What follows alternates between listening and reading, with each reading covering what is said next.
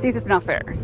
This is not fair doing this to us. These homeowners are up to date on their mortgage payments. I'm shocked. I didn't know that an HOA could do that. But behind on HOA fees, and it could cost them their homes. We're still on the process to find out what's going on and looking for a place. It became very manipulative in ways that I didn't even realize. A domestic violence survivor courageously shares her story. He held me down, strangled me, and didn't let me up. And sheds light on the trauma that lasts much longer than the abuse. We don't talk a lot about domestic violence.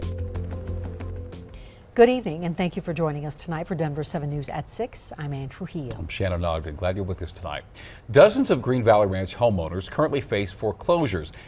It's the homeowners association coming after them, not their banks. That's right. And now they're forced to figure out where they go from here. Denver 7's Micah Smith spoke to one of those homeowners who says she is struggling to get by. After 17 years of living in her Green Valley Ranch home, Monica Villela says her family was kicked out. 3 weeks ago, the new owner showed up. Villela says her family paid their mortgage on time for nearly 2 decades.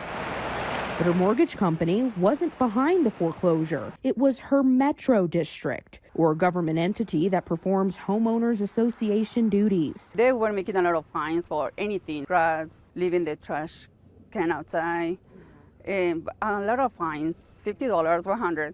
So they went up to $8,000.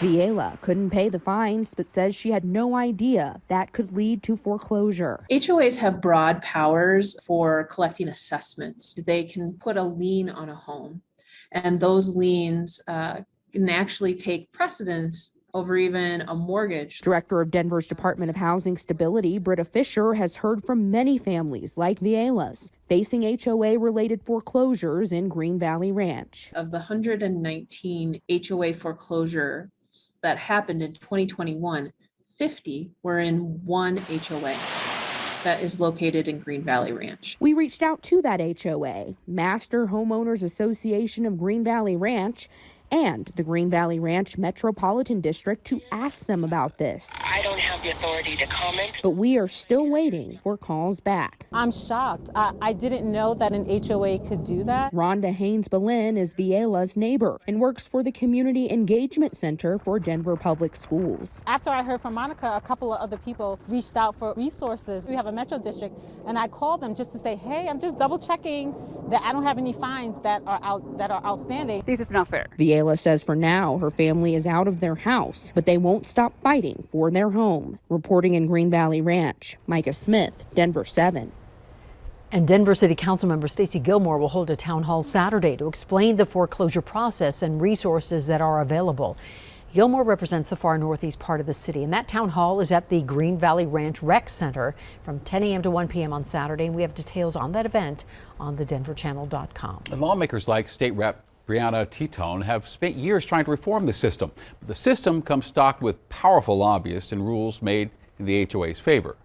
Because as a homeowner against the board, if the board wants to, they can take you to court, they can foreclose on you and make your life miserable for the smallest infraction if they want to.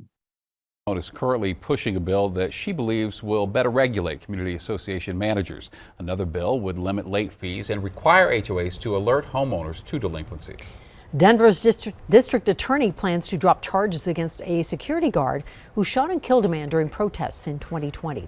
Matthew Doloff, who was hired by 9 News to protect its crew, was charged with murder. He's the man on the right side of the video here. In October 2020, he shot and killed Lee Keltner during a confrontation of competing political rallies in Denver Civic Center Park. Now, Doloff's attorney says the DA informed him of their plan to dismiss the case at a pretrial hearing March 21st. The DA says they were not able to prove guilt beyond a reasonable doubt. Mesa County Clerk of Courts Tina Peters and her colleague Belinda Nisley made their first court appearance today. Both were indicted on 13 counts yesterday, including multiple felonies in relation to their alleged tampering of elections equipment. Peters was issued a $25,000 cash bond, Nisley a bond for $10,000 cash. Now, neither are allowed to have contact with each other, contact with county clerk's office employees, or be at the county clerk building. Peters also has to surrender her passport within 48 hours of release and must get court approval to leave the state. There will be another hearing on May 24th. Concern over a possible gun on campus led to Rock Canyon High School being put on lockdown today. Well, that gun turned out to be a toy gun that shoots water-type pellets. Douglas County deputies say they received a call of someone holding what looked like a rifle and reported popping sounds. And they were able to find the 17-year-old student who allegedly brought that gun to school, and they say his parents are cooperating. Commerce City police are looking for a female driver accused of shooting another woman in a fit of road rage. Air Tracker 7 flew over the scene at 62nd and Kearney Street, and they found both cars off the road. Well, Commerce City police have identified the suspect as 24-year-old Destiny Edwards.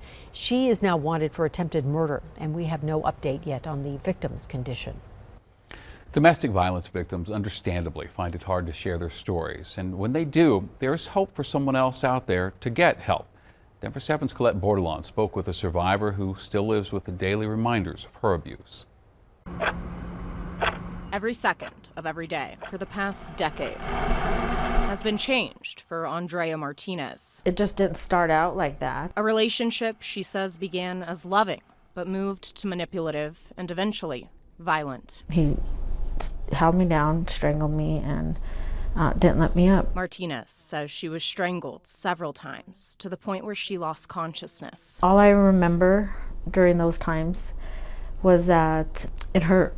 It hurt in every way possible. She says the abuse led to a traumatic brain injury, which was only worsened by the strangulation. It's hard to remember things for me, especially short term. At Denver Health, this Michelle Metz says it only takes around 10 pounds of pressure for 10 seconds to cut off the oxygen to someone's brain. What we worry about is there might be small little injuries to the vessels, and those injuries can cause a little clot to form that could break off and cause somebody to have a stroke later on. She's the forensic nurse program manager at the hospital. So I keep chocolate for the nurses. Also, sometimes I'll give it to patients. Helping patients impacted by things like domestic violence or sexual assault. A lot of this here is just looking for things to kind of, again, make people feel a little bit more comfortable. She's been with the program in some fashion since it started. If somebody is strangled, they are 750 times more likely to be subsequently killed by their partner. There's a myriad of reasons why people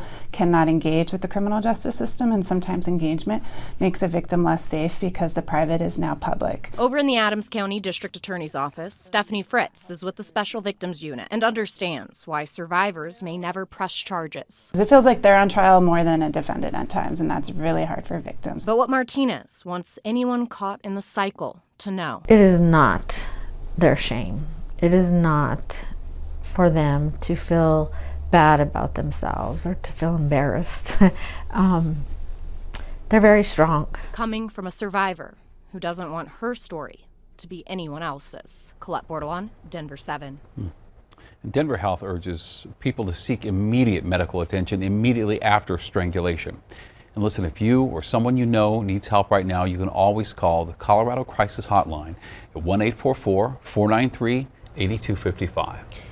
It took 14 hours and a 3:40 a.m. vote for a House committee to pass a reproductive rights bill.